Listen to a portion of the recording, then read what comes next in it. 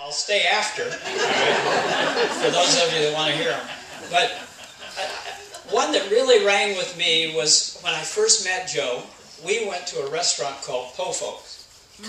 Now, I don't know if you've eaten at Po Folks, but the name is exactly what it should be. If you don't have a lot of money, you can go to Po Folks and get chicken fried steak with the gravy and the potatoes and all the good stuff.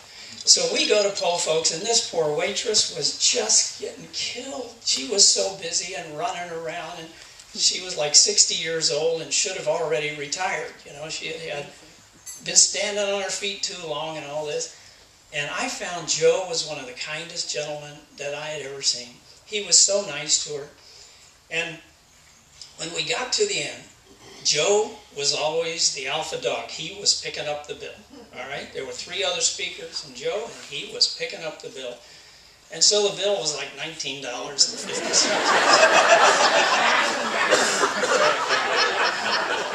So Joe puts a $20 bill out, and she comes, and it looks like a 25-cent tip, right? Or something. And she doesn't complain. She picks up her $20 bill and the check, and then Joe hands her a $100 bill. And folks, she sat down, pulled up a chair and sat down, and started trimming. And she started crying.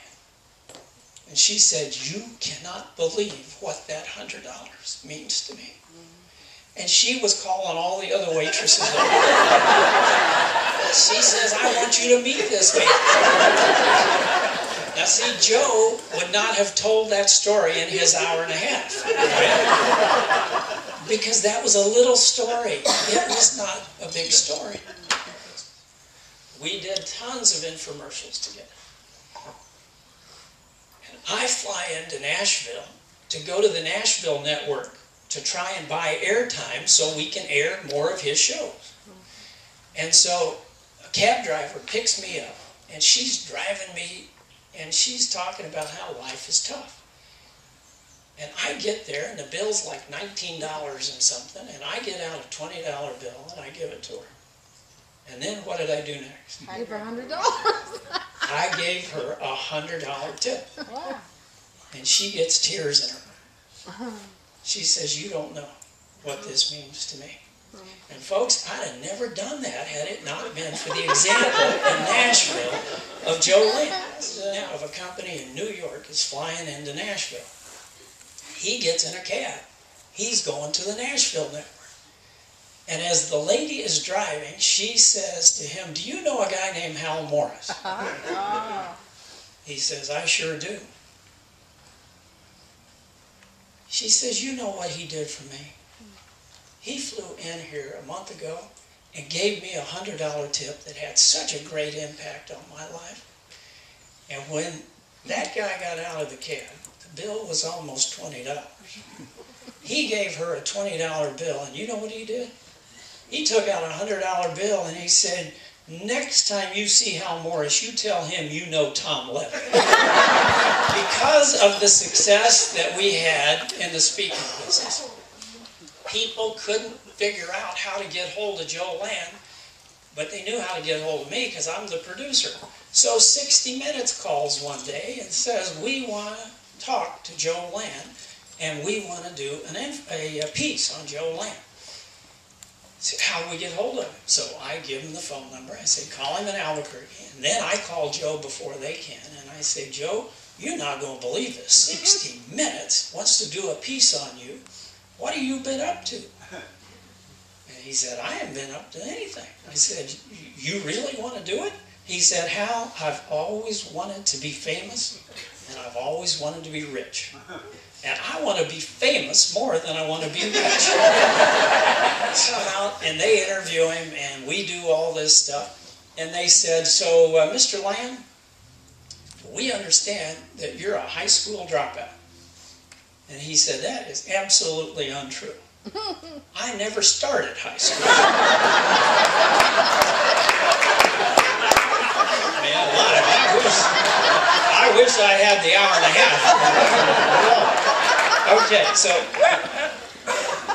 I I got a whole bunch of stories, but I got phone calls from movie producers who wanted Joe to be in their movies. Albert Brooks, who did Defending Your Life, and he was in broadcast news, he calls my office and says, we want Joe Land to be in a movie.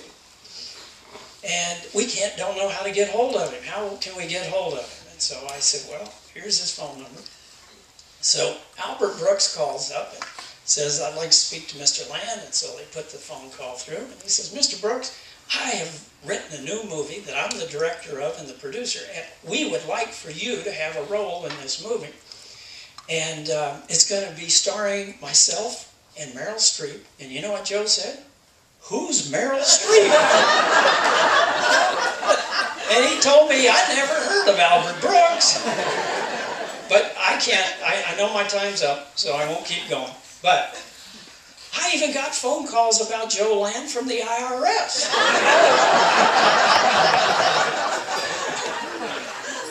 Right, Krista? And that's a whole nother story. Do I have extra time or should I cut it off? She shook her head no. Okay. So here's the deal, folks. You'll be in the back of the room. Yeah, I did. Selling books and tapes.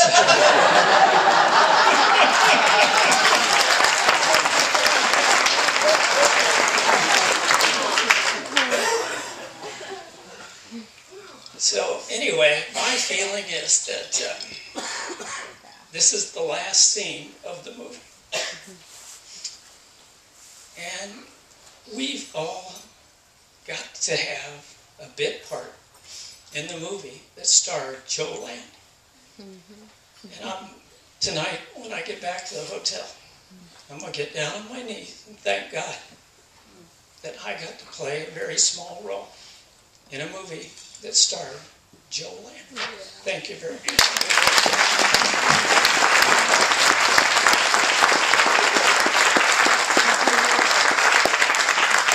Thanks so much, Hal.